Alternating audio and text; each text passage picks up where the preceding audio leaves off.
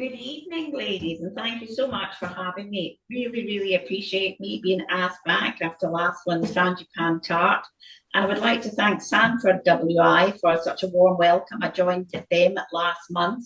And on Thursday night, I was in Canonby SWI, the rural, that was my mother's, as a tribute to her. And they gave me the most wonderful Dumfriesshire cookbook. So I've had a lovely look through that. So these are just so nice to be appreciated, ladies. Very quickly, I've got Women's Institute preserves and pickles. I love books. I have recipes and I write them. I tweak them. But this is actually one of the very best books. You'll probably get it on World of Books. Can you see that one there? Classic preserves. All sorts of ideas, really well written, great illustrations. So that would be my go-to book for you to be inspired. And also, I judged the chutney competition at Canonby, and the one that won it was an apple chutney. But I absolutely loved Elizabeth Simpson's, who's the chair. Her hairy biker's last-minute Christmas chutney. So I went and had a Google at that one, and it takes only about 30 minutes to make and do, and it's nice and chunky. And it was a completely different technique. So I'm going to try that once. I'm always learning. I just love it. So I'm going to put my books away, girls, and park them. And I'm going to go through the different ingredients and then the different techniques of doing that. And I've got my chutney sort of started. So we're going to make Stella's spiced apple chutney.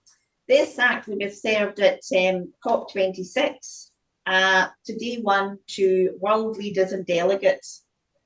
Very proud about that. This was after my mum died, and from the money that we made as a business, we put £500 to cancer research in Lanark branch.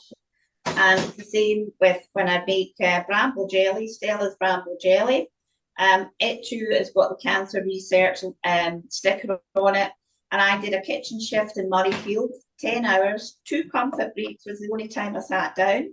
And I got paid £150 for that. And that money went to cancer research, Lanark branch, in memory of my mum as well. So what I'm going to start with is, what are the ingredients? I made and prepared the chutney last night. And I prepared what I call the mash for the Bramble jelly. And this is what the mash looks like after it's been cooked out. And I'm going to show you, do you see that there? Nice and juicy. So I cook it out. I'll go through the technique of what I do with that. But from that, I've got lots of apple peelings and cores, and from making the chutney. So in the Bramble jelly, I've got brambles, apple peelings, cores, some of which are froze. Some of the brambles were frozen, some were fresh that I gathered from the farm where I grew up, the Mumby. And I've also got wee crab apples from a local crab apple tree. So they all went into the mash. And I made a smaller one this time. It's only 1 kilogram. Same amount of apple peelings or crab apples, and a few, I seem to gather quite a few bits of lemon, and I just put those in a wee zippy bag in the freezer, and I could take them out when I need them. So that's what the ingredients are for the Bramble jelly, and I'm going to go over the ingredients for the apple chutney. So I've got, I sent into Charlotte the recipes and the techniques for both, and it's when I'm saying 900 grams of apples, it's peeled and cored weight. The same with the onions, 450 grams, it's cored weight. And in that I have sultanas and dates. But what I actually have are, I steep the sultanas and the dates in apple juice overnight, and that plumps them up. It's a bit like making a tea loaf. It sort of gets the fruit already and receptive for cooking, and that's what I did. So I'm going to show you very briefly my technique, and this is Ina's wonderful marmalade. So you can see I'm through it. Hello, Ina. We're going to have an exchange session. So also, I'm very proud that I was on the James Martin show in March, and I got a tea towel. And James Martin absolutely loved Stella's Bramble jelly. It was his favourite. And the Bramble jelly technique is just up on YouTube. I launched a YouTube channel Sunday, all huge learning curve, but it's up there and it takes you through step by step and it's about 12 minutes long. So what I'm going to do is I'm going to show you my way of peeling an apple. And it's like, I know how to peel an apple. Maybe you peel it your way, peel it my way. I'm going to show you the chefy way of doing it. So I put this down so it doesn't move about. I'm going to move these out of the way. Is that a wet cloth, Jean, or a dry? It's a piece of rubber, Oh.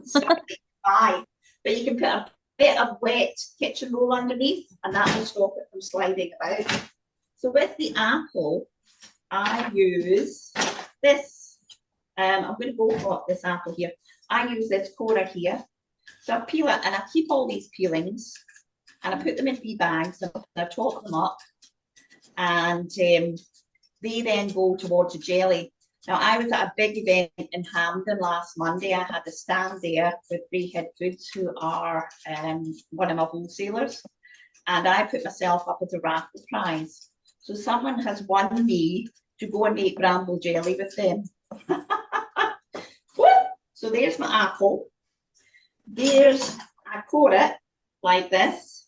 Sometimes it goes straight through, other times it doesn't. Push it down like that. So I've got my knife like that. Put that away like that. And this is my oval knife. It's a good size for the fit of my hand. I've just sharpened it tonight. I still cut myself quite regularly. So what I do is I hold it like that. I'm going to move these two knives into there. And I slice down. You can slice it as fine as you want. And then I tip it up on what's more the flat side where you take the core through. Like that. Like that. Because when I'm making an apple chutney in my big pot, I may be using about 5 kilos of apples. So it's quite a lot to do. I find that efficient. I find there's very little waste. And I find it's quite quick. So that's just one little technique, ladies, of doing an apple. So I'm just going to move this out of the way. I don't need it anymore. But this is a great thing. It's a couple of years old. And I just keep it in my kitchen drawer so I don't forget how to use it. So what else do we have? We've steeped these. We've cut the onions up. Not going to need these anymore either. And I've got these in my pan. So can you see that there? It's quite thick. So we're going over the other ingredients that I've got in this pan. Put that over there. Because I always use cider vinegar. Please do not use the malt vinegar. It's very harsh and you'll maybe need to keep it in a cupboard for 6 weeks before you can eat it. With this, you can actually eat the chutney the day that you make it. So I always use cider vinegar. I steep my sultanas and my chopped dates in apple juice, or you can just do water, or you can do cider, or you can do it in beer. It's up to you, but it just helps with the cooking process and gets it moved on a little bit faster. So I've got all those into the pot, the vinegar, the fruits, and I begin to slowly bring them up to a simmer. While I'm doing that, I've had my spices, and I put my spices in a little bowl. And you'll see from the recipe, there's half a red chili chopped, which I did have, or you can use a quarter a teaspoonful of dried chilies. Now I buy them in bulk from Booker, but you can always add more, but you can't take them out. So start with a quarter. If you maybe feel you need a little bit more, you can add a little bit more. This is my very favourite spice, mixed spice. I use it in my fruit loaf, I use it in my gingerbread, and I use it in my chutney. There's turmeric, ground coriander, cinnamon, salt, and I always use low salt. That's one of our business USPs, and a good twist of ground peppercorns. I do not put the sugar in just now. It does not all go in at the one time. So what we've got are this all cooked up for about half an hour. So it's looking almost like a chutney as it is, isn't it? Nice, and the spoon that I'm using, I've got a little black mark around it, so I don't use that for the sweet ones like my Bramble jelly. I know it's quite obvious, but you're like, all right, which one am I using today? So I've got that, it's all done, and I'm going to put it back on. Well, no, I'm going to leave it here because I am going to add in, I'm now at the stage, I've cooked it for half an hour, the fruits, and if you can be veg, you can take out some of the apples, the 900, you can maybe get half tomatoes. I made a wonderful chutney for Richard Bertone when I was down there 3 weeks ago to accompany his pies, and the spice that I used was 5-spice. And you can mix and match it. You might have courgettes, you might have whatever you've got on the go, but you need the apples for the mush. And I got apples from my daughter's tree, and I was given a huge bag of apples, no idea what kind they were. It was just like, oh well, let's get on with it. 900 grams of apples. Greyburn are very good for keeping their shape and having that little nugget of apple identifiable. Last year, I was given a huge box of apples from the Scottish Parliament because I went and worked with their chefs, and I did a day being with them in the Parliament and as a supplier. And I'm going back there to work with a marvellously named chef called Attila. I went, Attila? He said, as in the Hun. I thought that was amazing. So I've got this, it's still warm, it's fine on my bench. And the sugar is soft brown sugar. I use that in my baking as well. There's a darker one, you can put that in, you can put Demerara sugar in. I try and look and see which are the best buys or what's available. There has been a sugar shortage with the wholesalers. So it's been a bit of a scramble about at times to get enough sugar to make our business product, which is the piccalilli. So I've weighed out about 400 grams of sugar, and you'll see I've got it in a bowl with a lip. I don't warm my sugar either for making a bramble jelly or for making a chutney, because I found it clumps together and it goes into your pan and splashes. So what I've done is I've put 400 in there, and it depends on how sweet or how sour your apples are. And it's like the chili, you can't take it out, you can always add it in. So that's 400, and you can see I've got a little bit of darker brown, soft brown sugar in there. Doesn't matter, it's all nice cane sugar. Always use cane sugar. So I'm going to put this on to heat up, and while I'm here, I'm going to put my jars. I've already got some jars in the oven. This is from Patterson's Glass Jars and Co. And I just had 400 jars delivered, and not last week, the week before. There's been a jar shortage, there's been a lid shortage. And you know, each jar and lid works out about 73 pence. So how places like Aldi and Marks and Spencer's can sell their chutneys and things for under £1, it amazes me. So they've been through the dishwasher, and I'm going to put them in the oven. I've got another tray in.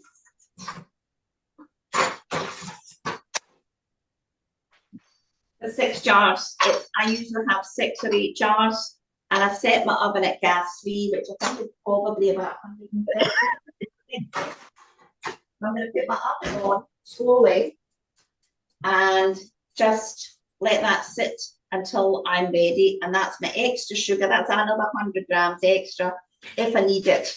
And I've got this here, but I'll taste it and then I'll go add a bit more and see if it needs a bit more softening. So I'm going to put the sugar out of the way for a moment, and then we'll move on to the bramble jelly. Also, I make jelly with the leftover sloes steeped in gin, again with the apple peelings and crab apples. And this is a little sample that I've made from last year's one, which somehow slipped, being a little present for somebody. So it's got a nice set on it too. So I try not to have any food waste. Excuse me, I'm just putting this over on the kitchen table out of the way.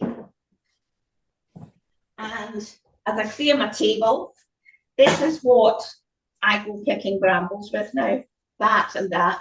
And it helps to stop your hands getting in such a mess, although they still do get in a mess. So I'm going to move these out of the way. Spoons, my peeler, my apple that I don't need, and Ina's marmalade. Always got my bench cleared, which is quite amazing. This is what my mother used to strain the brambles when the mash had been cooked.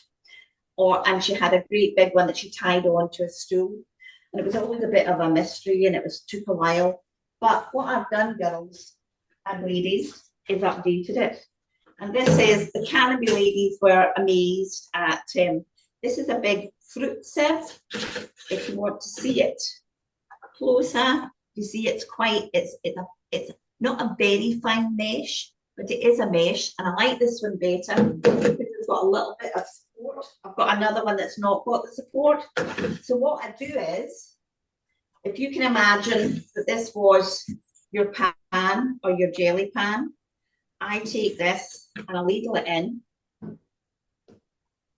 and it goes through, and I put in 1 kilo of brambles, 1 kilo of apples, apple cores, and it took me 10 minutes. So what happens is, I've imagined it, it streams right through. So you see all that juice that's come out. So that's dripping away quite nicely. I give it a little shake, and I give it a little press. I'll put that in there like that, and I'll let it sit in there because I don't like to waste anything. So it's sitting there, straining away the extra little drips.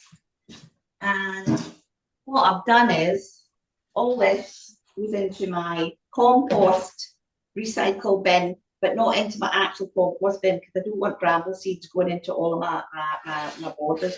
So I've got this here, and this is from the rest of, this is what I got from 1 kilo and 1 kilo, just covered with water.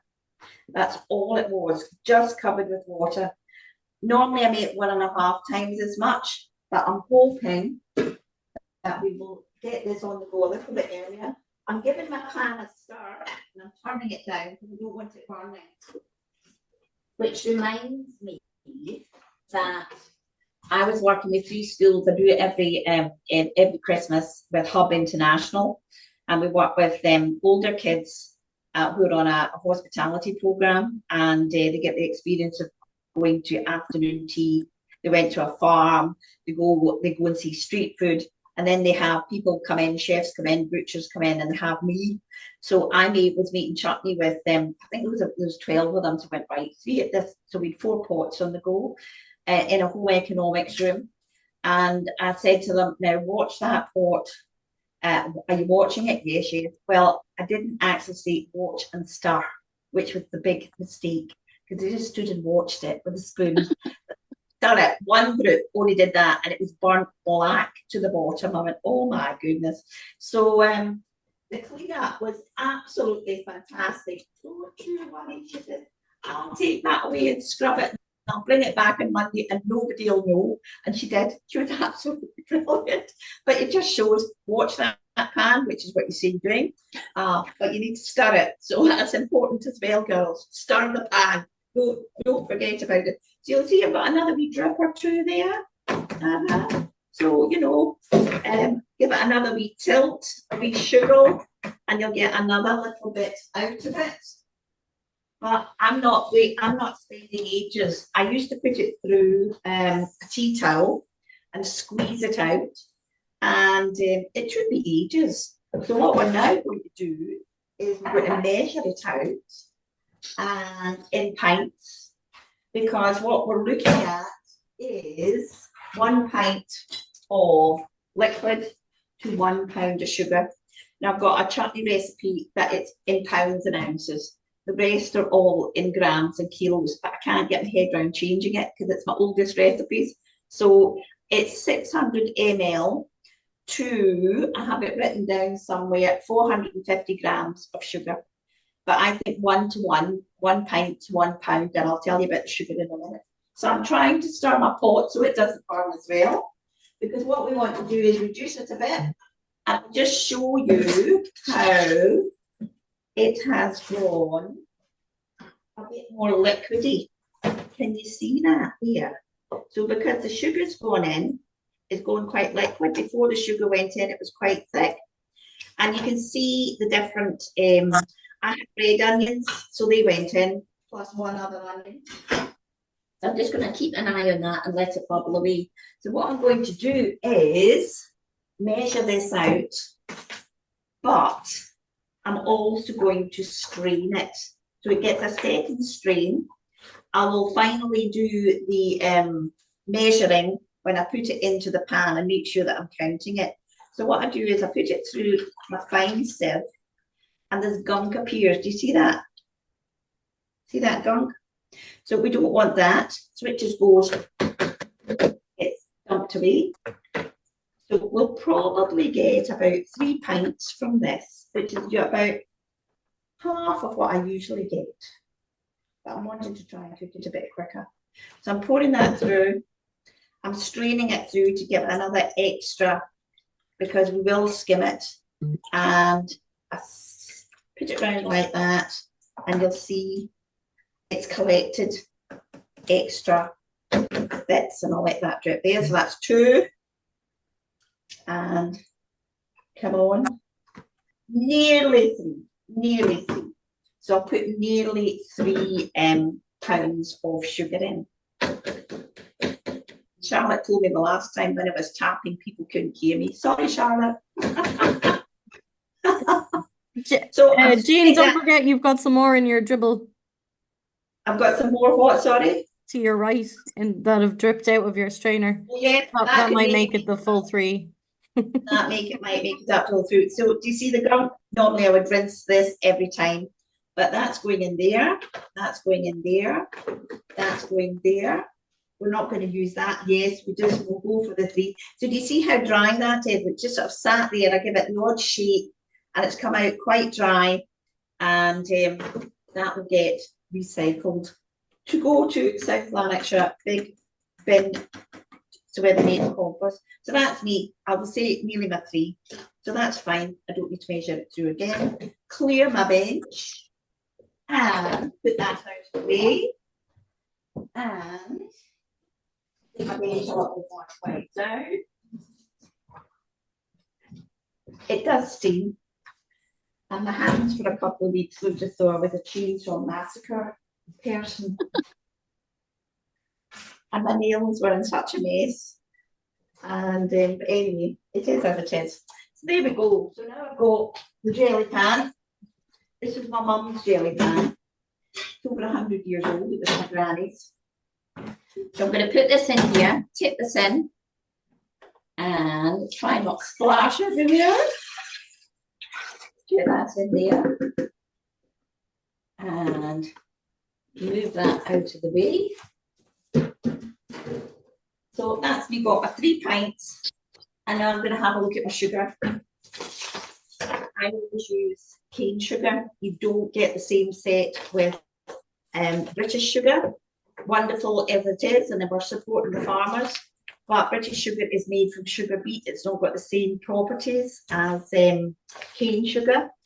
I'm keeping this bag because I couldn't find any on the shelves, and I had bought this. So when I go and do my Bramble jelly prize person, I'm going to take this one and show them this and use this one. But what I did discover was in Sainsbury's, they do 5 kilo bags of sugar, cane sugar. Same one as this. This is £1.09. I think it worked out about the same. But buying it in bags like that's really handy. And this is my second bag I'm on my way to. So what I'm going to do is weigh up my sugar, and then we'll get that on the go. So I'm just going to use the bag that's opened, and I'm going to change my scales to pounds and ounces, and put this on. Oh, you're decided to go back to grams. Why? I told you pounds. Distracted thing. I love my digital skills, but every now and then they go, why are you changing? I didn't ask you to change. So we're going to put 3 pounds in.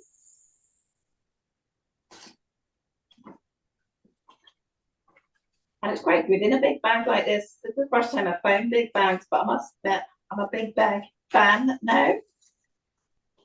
So that's us up to our £3. There we go, perfect. Put this out of the way. And I'm going to keep an eye on this sugar here. More. Jean, could you tell us about the sugar again? What did you say about the sugar, the 2 sugars? It's cane sugar. Uh-huh.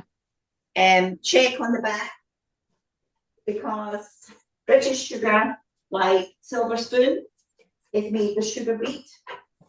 And it's a way, it is, it's a way of supporting farmers. It's great for baking and all that, but not for when you're making a preserve. You don't get the same set. Talking of which, I have got out in my fridge the one as a just in case, and I always put a tablespoonful of Serto in. Some people may know it, some people don't, but it helps to set, it's liquid pectin, and it helps to set jams, jellies, and marmalades. And I had this from last year, and it's perfect fine. It's got a long use by date on it.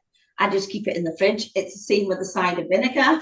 A cider vinegar will go into the fridge because it's a living thing, and it'll grow wee growth. It'll go like little stringy bits in it if you don't keep it in the fridge. It's absolutely fine kept in the fridge once it's opened. Storing this pot, remember. So what I'm going to do is I'm going to put the jelly pan onto my big ring here. I'm going to set it to heat up, and I'll not put the sugar in until it has heated up. So I'm going to wipe the spilt sugar over out of the way, and there we go with that. So what other things do I use? I use little paring knives, and I have these sharpened as well, and I like them with different coloured handles so that you know where they are. And I never put a knife in the sink. Always wash my knives separately, and I never put them in the dishwasher. It's just not good for knives.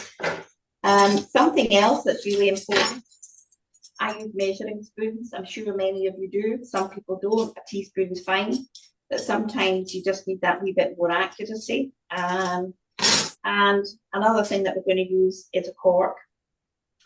And you'll find out why later. This is quite an essential part of equipment. And no, I've not drank the wine beforehand. That was another time.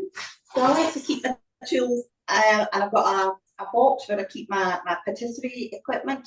I just like to keep them all organised in there, like that. What else do I have? This was the ginger that went into the chutney.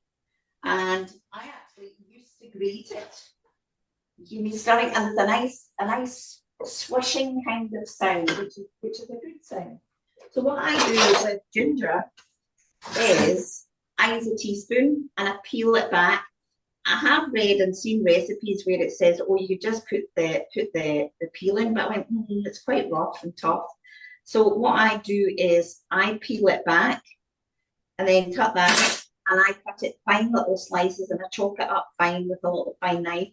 I know in the recipe it says grated, and you can grate it, but what I find is like it's a bit like celery. You get sort of like little hairs. And somebody once said, I think I found a cat here. I went, no, it's the ginger, So, I mean, it does happen. And I've also got a lemon handy, because what we might do is we might find that the bramble jelly is a little bit sweet. So what we might do is just take a little bit off and add a squeeze of lemon in. But that's a just in case. And I've got a chilli here to remind me.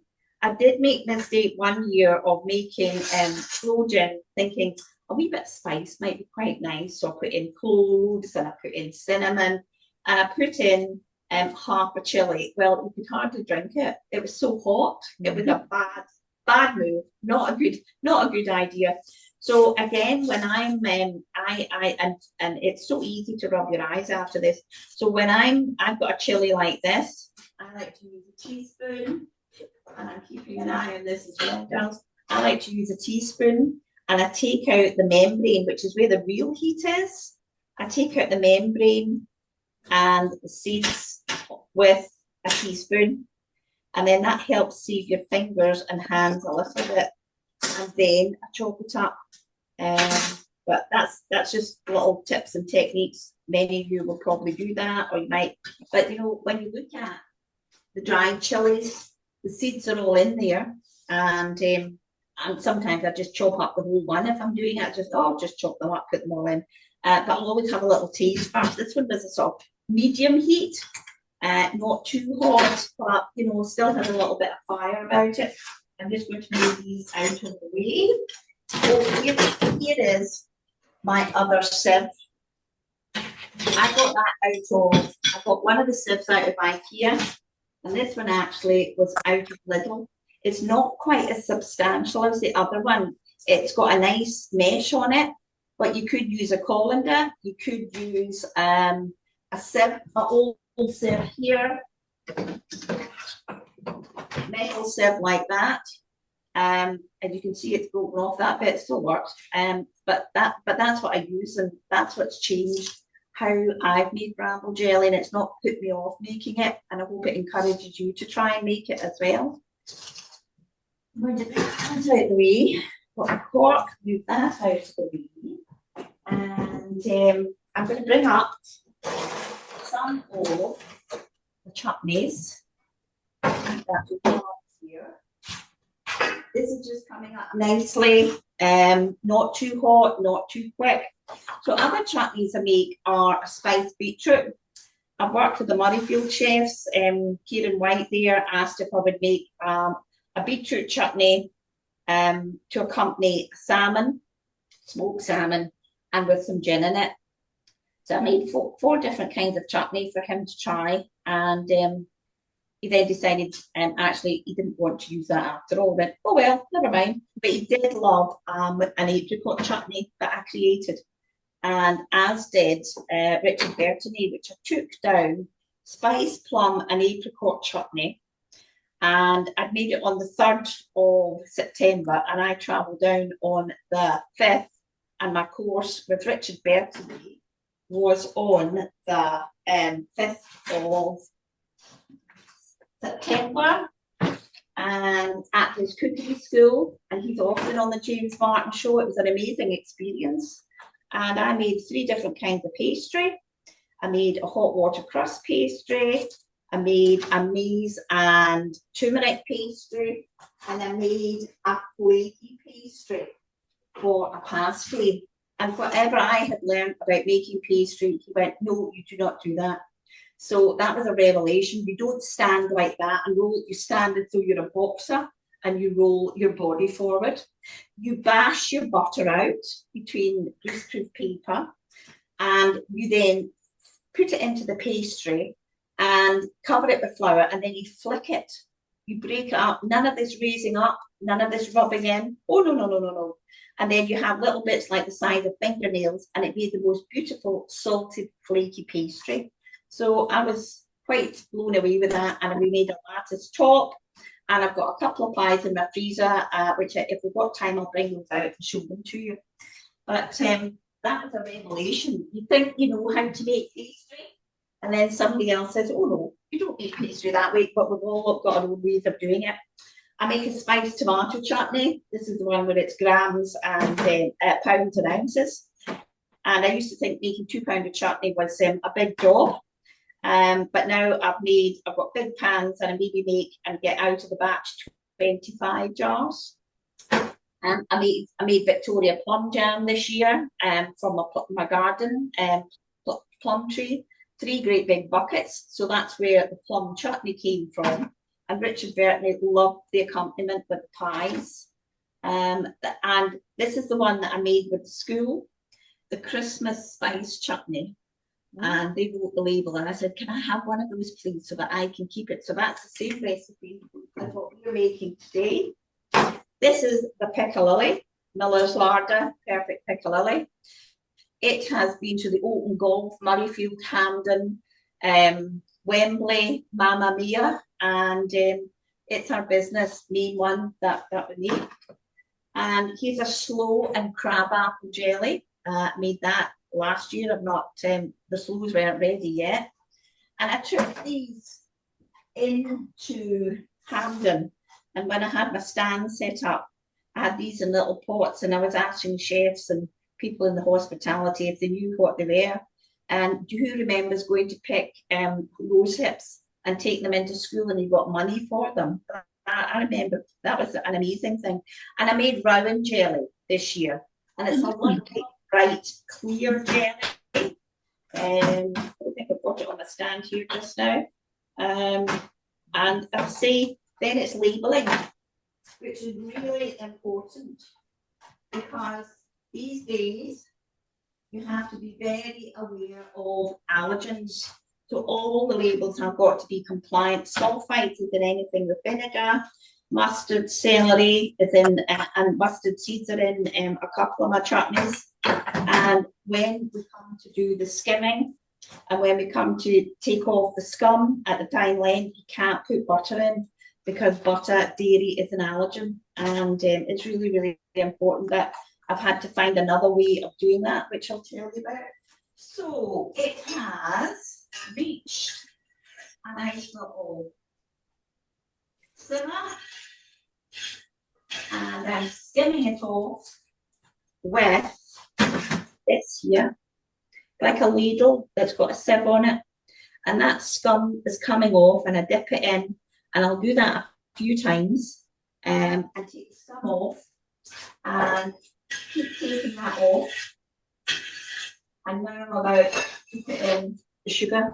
So again, a lip bowl helps it slide in and it doesn't clump in. In it goes. Give it a start. Let it come back up to the boil. Let it move about. Give this one a stir. And it's reducing quite nicely. And what we're looking for is, I did a masterclass day with the City of Glasgow professional lecturers, chefs, professional cookery chefs way back 2016. And I took in all the things, and we made rowan jelly, we made bramble jelly, we made crabapple jelly with mint, and we also made a chutney, the same recipe that I've evolved from, that you've got and that I'm making today. It began with that one. And what I've done is I've tweaked it, because sometimes I think it needed a bit more vinegar, it needed less sugar, or depending on your apples, it needed more sugar. And again, it was this idea, if you get your ratio right of your vinegar and your apples, and having the apples in and the sugar, you can mix and match. Because I was working at Ayrshire Food Hub down at Crosslands. Is it Crosslands? Yes. I did two classes there of making a chutney. And Crossroads, the Ayrshire Food Hub, Crossroads. Yes. And I think it was Bryson. They had the tomato houses in New Mills. Yes. And they were a great supporter. They've gone out now because it's too expensive to heat the tomato houses.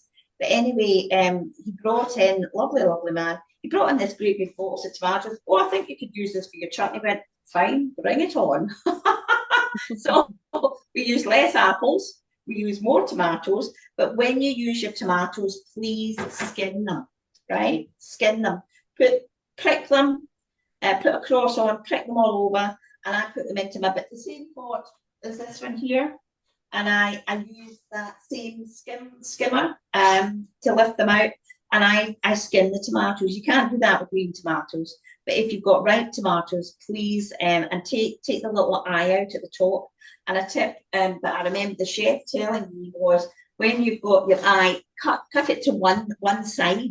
So you're not cutting the eye in half, you're just cutting it to the side, and then you're only taking it out once, which sounds obvious, but I think, oh, I must remember that. So I'm keeping an eye on this, yes, and it's coming back up, and it's coming back up as well. So anyway, in the City of Glasgow, with all these chefs, and we've taken in food, and they made the bread, and Niall, an Irish chef, he said, oh, Judy says, when I said, how do you know when the chutney's ready? I said, well, there's a sizzle. And when you take your spoon along the bottom of the pan, there's a space. Oh, he says it's like the parting of the Red Sea. And I've always remembered that. So that's what to look for, the parting of the Red Sea. So it's got a nice sizzle. It's still a little bit too liquidy. It's got a nice colour. I'll let you look at that there. Hopefully it won't fall out of the pot. So do you see that there? It's got a nice bit of looseness about him. It's still a bit too loose. And I can see the various ingredients that we have there. So I get a bit on my hand. So it's coming up quite nicely. Remember to take my spoon out of the pot and put it up there. That's coming back up to the boil over there. So has anybody got any questions while we're waiting for things to come to hopefully setting point? Anyone any questions? Anything you would like to ask? I can't see. Yeah, can I ask you? I was always told not to stir it. Is that just jam, or is it both jam and chutney, or what do you think? The chutney, well, you need to stir it or it'll stick to the bottom of the pan, like the boys. Oh, remember the boys? Oh, I'm watching it, but I'm not stirring it. With the jelly, with the Bramble jelly, with the liquid, I don't stir it. I'll wait till it comes up again to the boil with the sugar that's in there, and then I skim it, but I don't stir it. Jam making, I made, oh gosh, about 30 jars of plum jam, and I think one of the worst parts, what was worse for my hand, was taking the stones out. I mean, that was a real labour of love, that. Yeah. But no, I did stir the plum jam. It's got a good setting point in it, and it's full of pectin. I certainly didn't take the skins off, but what I did do was I halved them and then I cut them like over 3 times because you don't want great big chunks. Yeah. So, but I don't make strawberry jam. I've tried it and I'm no good at it. And I have gooseberries in my garden, and I've got a condition called diverticulitis, so I can't eat seeded things. So I can't eat the gooseberry jam. And my gooseberry bushes for the first year or two weren't very great. Then there's a big harvest. Challenging. And Years. and made it, and I thought, oh, it's not going to set. I'll put some Young heroes. You could have danced on it. You could have cut it with a knife. It was so. The next time I made it, I went, I'm not putting Serto in. I'm not going to keep it on this rolling boil to make sure it's going to set, because it's set before your eyes. So and you know, jam's really nice with fish as well. Really nice. So it is. So we're coming along quite nicely. I'm beginning to hear a sizzle. I'm giving it the odd start. I'm taking it down from the side. And this is my big soup pot that I use. My other pots are about this size. And I've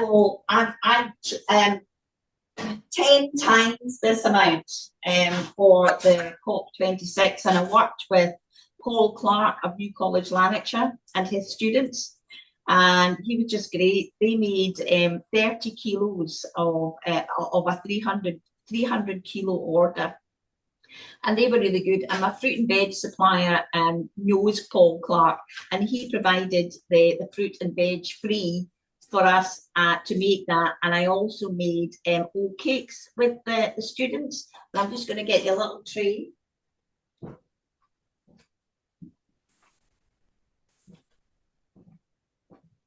To show you, this is what we're aiming for, girls. I'm hoping they don't slide off. Do you see that? This is Selena Kieran's Errington cheese. This is the piccalilli that goes very well with the Errington cheese. And this is the chutney that you're making. And this was a jar from another batch. And these here are nettle oat cakes. It's on Hamlin's website. My recipe, Lanarkshire oat cakes, is on Hamlin's website. So I take nettles and I dry them, and then I put them through a sieve and I store them, and I add a couple of tablespoonfuls to my Lanarkshire oat cake recipe, and it just gives another little bit, a little zinc and magnesium in, and it's really good for you. And I also make little cheese mice. Do you see those? Lovely little cheese mice. The mice are the cheese. Mice like cheese. So these always go down very well. but that's like my little cheese board. So you can pick and mix at it. You can have some piccalilli, you can have some chutney, and the bramble jelly. Excuse me while I just check things. The bramble jelly is very good with brie. It's very good with goat's cheese. As a scone, and on the YouTube, it's got with goat's cheese and a scone, with good Scottish butter. I think some like jams, you need cream with it, but sometimes I think bramble jelly, you just need it just with butter, but it's everybody's taste. So this is sounding looking good. I think I can see the Red Sea in my pot. So that's going to be good. I'm going to take this down a little tad. And what we're going to do is we are going to jar up the chutney.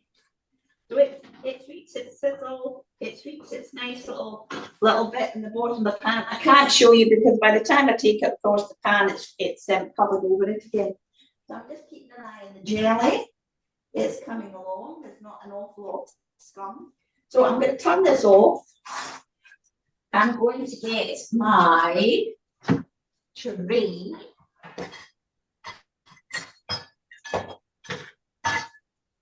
I'm going to get a tray. I'm going to get my, buy these out actually out of the range. That's the cheapest way to buy them. I used to buy them out of Lakeland, but the range is cheaper. Because when I did chutney classes, I needed 4 or 5 and a jug. Now you'll see it's quite yellow. This is the jug for chutney, not the jug for sweet ones.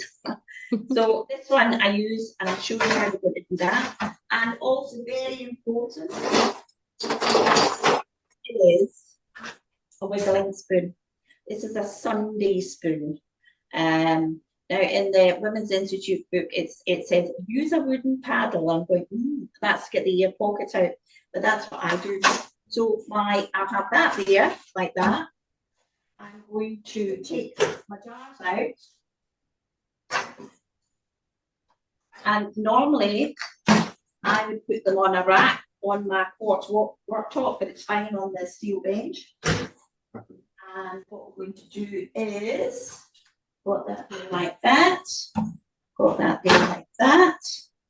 Little move over, better move these out of the way. Oh, and I'll tell you about these labels.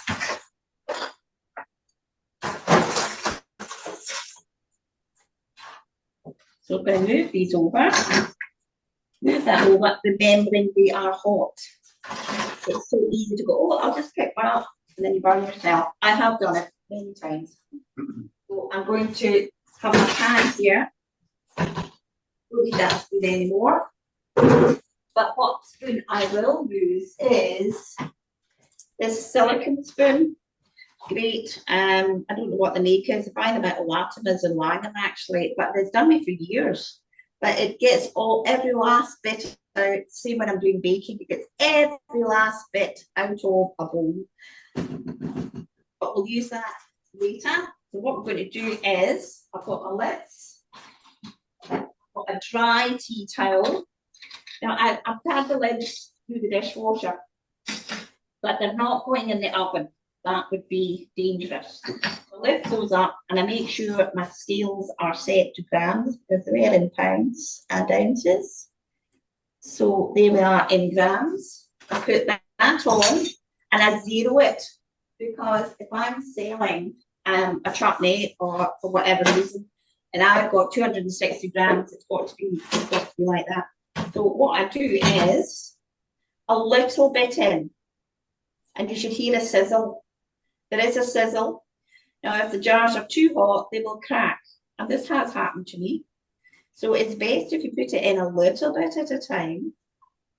It's sizzling nicely, and it's at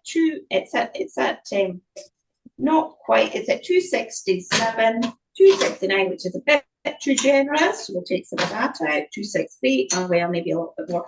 And I give it a wiggle with that spoon, and that takes the air pockets out. So that's the way I do it. Then a lid on like that, and then we keep going. And I'm keeping an eye on that. It's coming along quite nicely. Hopefully the timings will work out, ladies. So I'm going to fill these, as I say, best with a jug. With the jelly, I'll use a ladle because as the jelly's setting, it sticks to the side of the jug. You lose half of what you're trying to make. And you go, what a mess.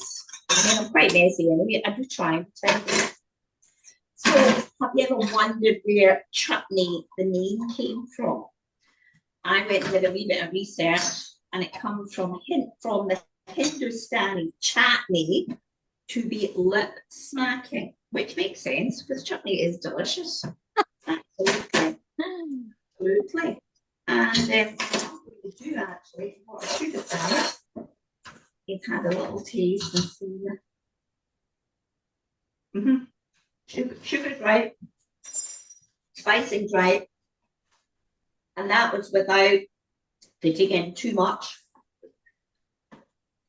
Because I've learned it can be oversweet or it can be too sour. So there we go.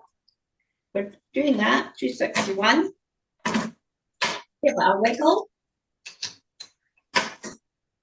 At the moment, I can taste the spices at the back of my throat, but they will soften. They will. And mellow as the time goes on. So as I say, I zero it, put that in. There's a nice sizzle still, and I don't fill it right to the top. There was great discussion from the canopy ladies about how a chutney should be presented. And there does seem to be a sort of, how would one say, expectation that you have it covered with a cellophane top and an elastic band and a waxed disc. If it's filled to the top and you're putting on a button seal lid like this, you won't get sealed. You need that space to get the vacuum to pull it down. I think probably the idea is that you're reusing the jars, but you can't reuse the lids.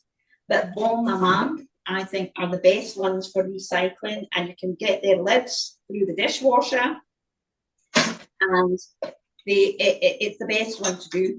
But I really, when I was judging the chutney, which was absolutely lovely on Thursday night, what do you then do with this little bit of elastic band and this bit of cellophane? And it's not hygienic then. So I think it's a difficult one. But buying the jars and reusing jars is a good idea. But I think somehow you can buy separate lids. I never reuse lids. You can buy the lids separately from Patterson's Jars and Co. So you can buy the lids separately from them. And I found them, I've used them over the years, and I found them to be tilly, really amenable, really friendly, and just very helpful. So there we've got 6. I've got a little bit more. I'll put these here.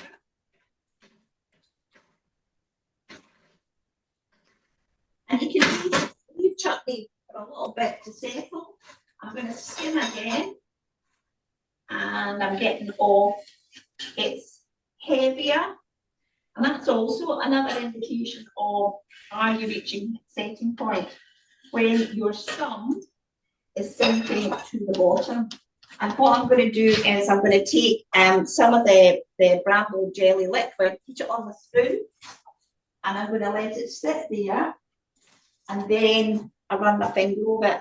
I also have my jam thermometer, but I prefer to do it by the spoon, and I channel down the spoon, but we'll put the thermometer in as well. Ina, I know, likes to use her jam thermometer. And we'll clip this on and see where we come to. It's not deep enough, it doesn't reach the bottom, so I'm not going to use it. It would just fall in and drown. We're going to get another jar out.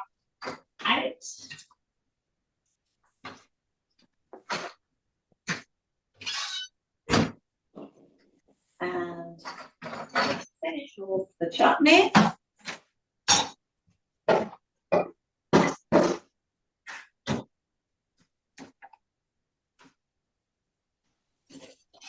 Nice sizzle there. This is where this spoon here comes in, because you can get the pan quite nicely scraped out.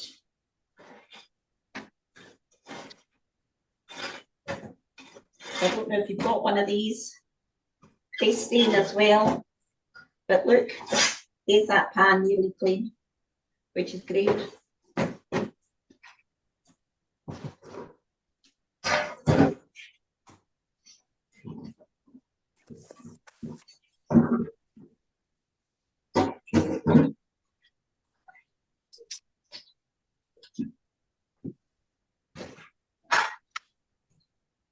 So this last little bit will be a tasting one, a using one, and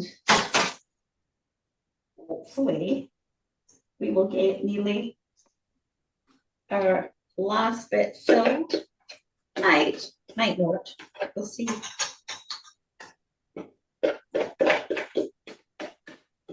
So the wiggling spoon's good for going into the jug as well. So $2.49. Not quite. $2.49. $2.51. We're looking for $2.60. Will we get it?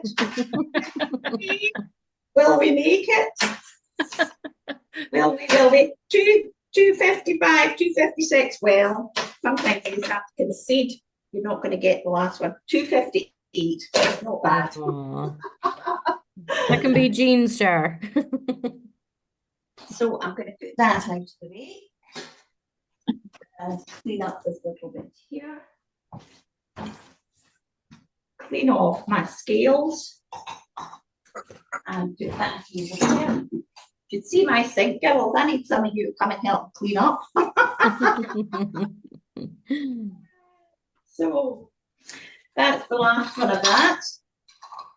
And so we've got 7 jars out of that recipe, which when you think about it, isn't bad for, I've got 3 apples, onions, which aren't expensive, and the dates and sultanas, with only 50 grams each of those in, a bit of apple juice. So actually you've got a really nice product to gift up, tie a bit of nice ribbon or something, and that makes a really nice gift as well for somebody, and a piece of cheese. That's what I gave into Cancer Research raffle, a couple of jars of chutney, some plum jam, and some cheese and some crackers. So that was my raffle gift, and the person was really pleased. I'm just going to show you, I really like these labels here. These are from Lakeland. They're dissolvable, because there's nothing worse than trying to get labels off a jar that you're going to reuse. So these are dissolvable. I really like these.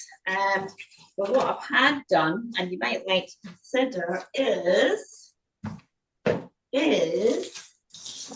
my printer got just my business logo on, and that it was handmade.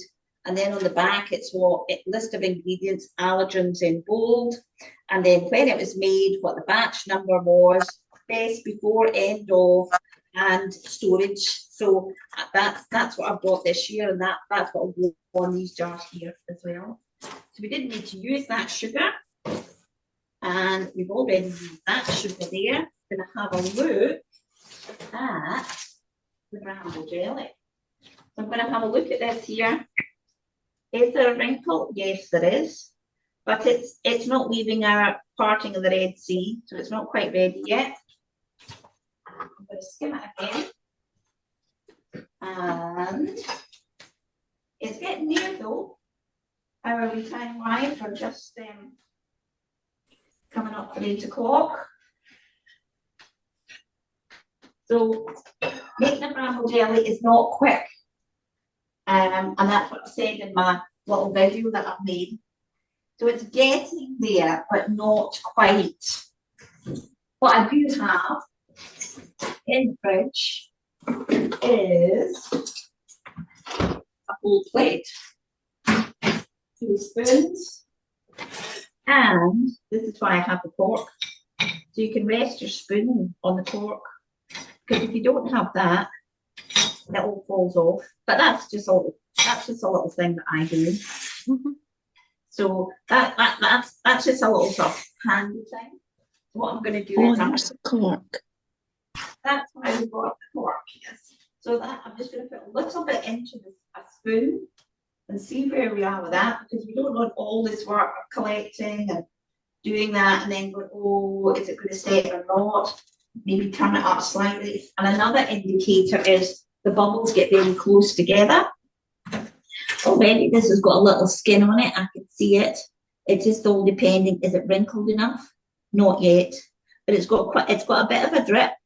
That's another way I tell, but it's still a bit too liquidy, that drip there. Has anyone any tips and techniques to give me and share about making bramble jelly, girls? What have you done bramble jelly making? Am I on the right lines? Have you got any other ideas, things that you do, please? Anne's raised her hand to ask a question. I'm not sure if No, I'm not. I'm just moving to see if I can see anybody. Anne who? Anne Howitt? No, I'm not. Anne Coleman. She's pinned herself to the Coleman, top. She's raised her hand. Right. Can you unmute? Mute? She's unmuted, but we can't hear her, unfortunately. Oh, Is that better? Yes. Didn't have the microphone on. Making jellies, my Auntie Jessie always told me you should hang the must in a muslin overnight and just let it drip and never press it, or it will be cloudy. But you don't get very much in a muslin square. I've got a muslin still in my cupboard. And I very gently press that. I have to restrain myself from pressing harder. But I found them when we talked with the canopy ladies, when we were doing it with this, it was so much faster. I've still got a little tiny bit of juice in there, but I'd have been more patient and it would have taken longer. But I wanted to demonstrate to you how that it just sat overnight. That's really important. It sits overnight. I still do that technique. And I covered it with tin foil and it just sits and it rests. I did make the mistake once of thinking, well, I'll just put it outside and it'll cool quicker.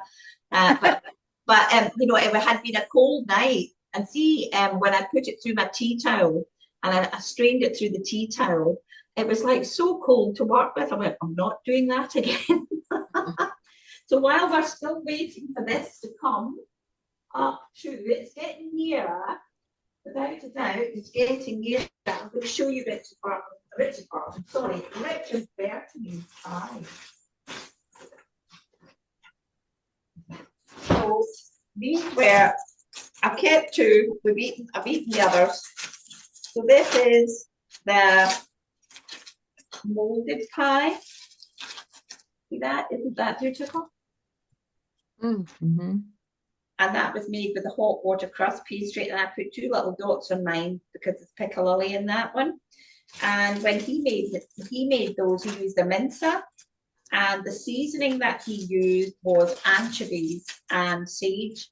Well, I've got a big sage bush outside, and I'm drying it on my radiator. And I'll chop that up finally. I'll put it through a sieve, and then I use it. I make my stuffing for chicken. The same way that my granny made it. There's the other pie. So they're there to be admired, and they will get eaten one day. And I'm going to be working with a chef, and we're going to have a go at making these pies together. So, and I'll love these zippy bags for keeping and sealing kind of thing. So that's what I've got there. Put these back in the freezer, and the pies just tasted so nice, not processed tasting at all. Good pork meat and a bit of bacon, well, and chestnut and stuff. I'm putting these away again.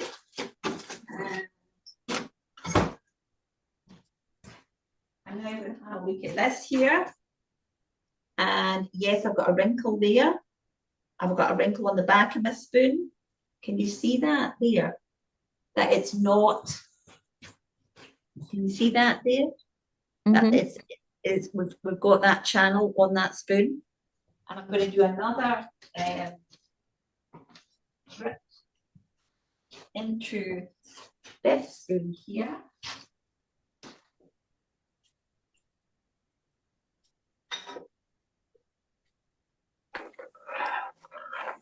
I'm going to let this one sit. Put this one back in. See, it's got quite a nice drip, but it's still a wee bit too liquidy, the one that we just did a few minutes ago. I'm not going to use that one. And I'm going to skim again. I've got a clean bowl with fresh water in. I'm going to skim this all around here with this. And you'll see the scum that's come off. It's quite jelly-like, so that's another good sign. It's down to the bottom. Do any of you skim and the scum off your jelly? Yes. Do you do that as well? You do. What do you use to skim your scum off? I've got one of those ladles with the sieve. I just got it this year. It's great. Where did you get yours? Because I can't remember where I got mine. It could have been IKEA. I can't remember the feeling. I think it was TK Maxx. Yes, it could be TK Maxx. I got one of those sieves from as well. Yes, that's beginning to ring a bell. It's amazing what you find in there. It's coming on quite nicely. I'm going to look at this one again. Yes, it's got a nice wrinkle. I'm going to show you. Can you see that there, like that? Got a nice wrinkle to it. And it's got quite a heavy drip. So that's the way that I go by, whether it's ready or not. So we're getting there, nearly there. It's not quick. It's not a quick fix. How are we doing for time? Are you wanting to finish up? Any more questions? Any ladies, any questions? Put your hand up. Or...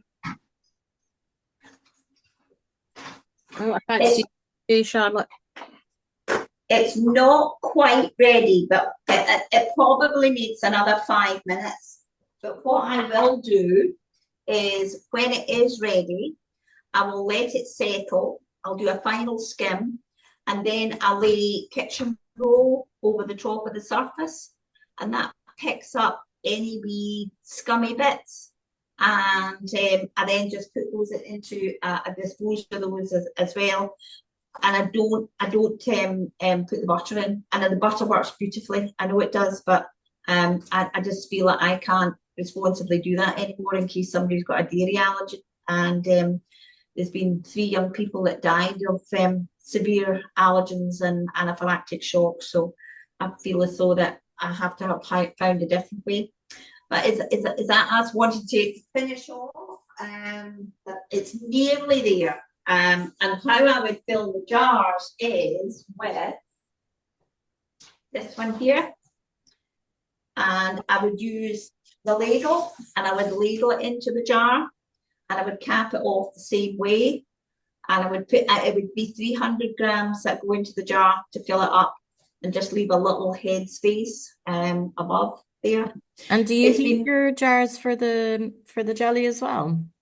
Yes, they're sitting there in the oven. They've been sitting there for about... Is that to sterilize them? Yeah. Yes. Well, they've been through the dishwasher, and then they go into the oven. Nice. And that sterilizes them.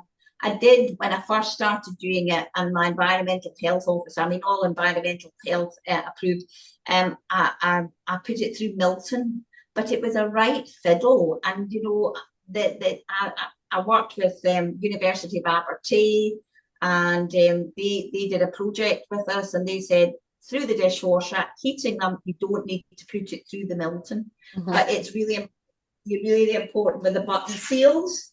They're not quite, you'll hear a click. But oh, did you hear that? Click, just for you girls. That means that seal has pulled down, and that jar it's evidence of it being tamper-proof. Which I think is quite important as well. We have got a wee local market on a Saturday, and one of the girls, I went round and had a look, and I picked up her chutney, and I went, where's the ingredients, where's the allergen? She put a little label on the bottom of the jar, which you had to lift up. And I said, well, you've got to be really careful. You've got to let people know, because there was nigella seeds in, there was sulfites in. And I said, if you use celery, these are all the ones that you can use in a chutney. I said, you know, somebody may take a reaction to it. So she was quite surprised. I said, you'll need to, there's 14 allergens. You need to be really careful about letting people know that. There's only one person I've known. I worked with the Cumnock Academy when it was still Cumnock. It's now Robert Burns Academy because they amalgamated it was the Auchen. There is Robert Burns Academy. My daughter is a deputy head there. Is she? Yes. Oh, well, I was lucky enough to work with Claire in the HE department, and I learned a lot from her.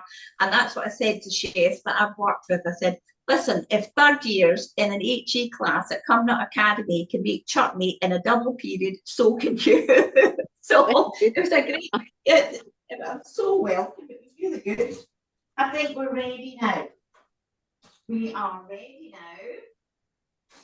And it is got that oily over surface. The scum is sticking to the side of the pan, and I'm going to take it round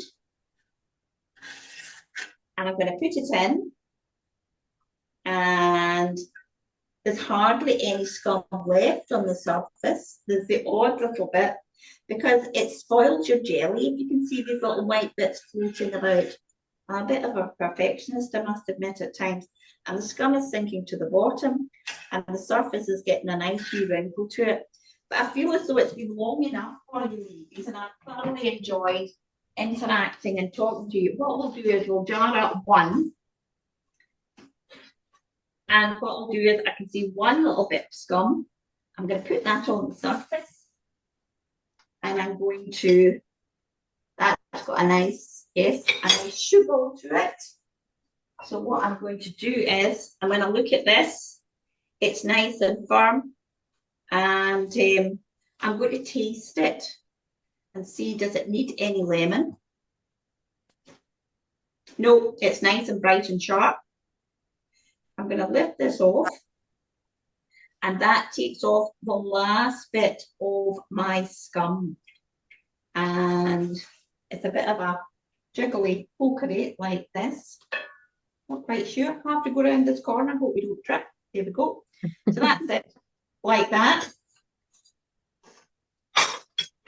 What I'll do is I'll fill one jar with the ladle and put my glasses on. That will lift it up.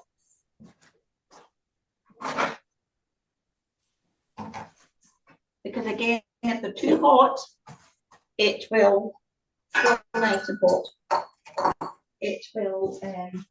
So what I do is I use the ladle quite close, and I fill up the jar at 0 like that, up to 300.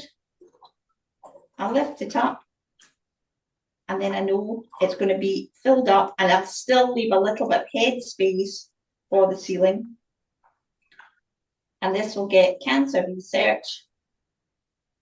There we go, that's it, 300.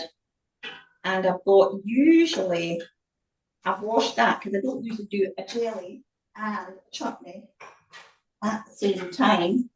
So I'll put that there like that and save that there. But thank you very much, ladies, and it's been a pleasure.